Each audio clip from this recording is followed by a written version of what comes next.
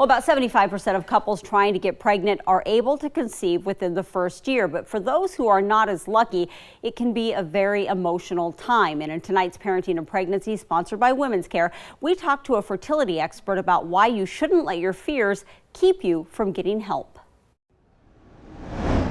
Infertility is a fairly common condition that affects about 1 in 10 adults.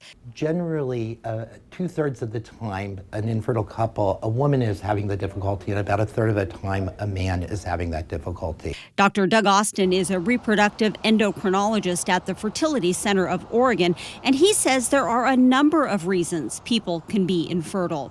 And they go from developmental abnormalities and that maybe sperm production isn't occurring normally to things that are acquired like infections, scarring, or other conditions. So how do you know when you should see an expert? Well, he says women under 35 should see their primary care physician or their gynecologist if they haven't been able to conceive after a year. For women older than that, it's 6 months, since time is of the essence. Now, Dr. Austin says once patients are in his office, the consultation lasts about an hour and a half.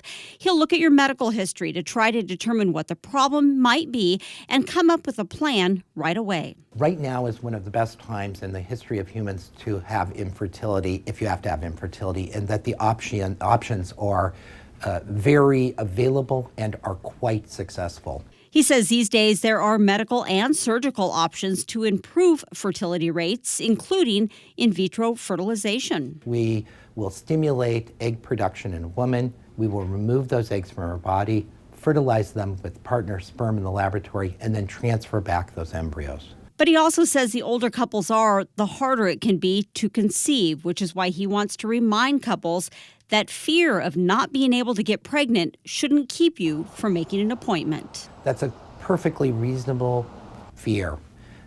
It is something that we address right away, and we also can start to generate other ways of having a family, which the couple may not have thought of. And that essentially at this point in time, we have a way for everyone to conceive. It may not be exactly in the way they thought it was going to happen as they started their life journey, but there are ways of overcoming every type of infertility that's ever been experienced. Now, Dr. Austin says they make sure to get your medical history from other doctors before your first visit so they can move forward as quickly as possible.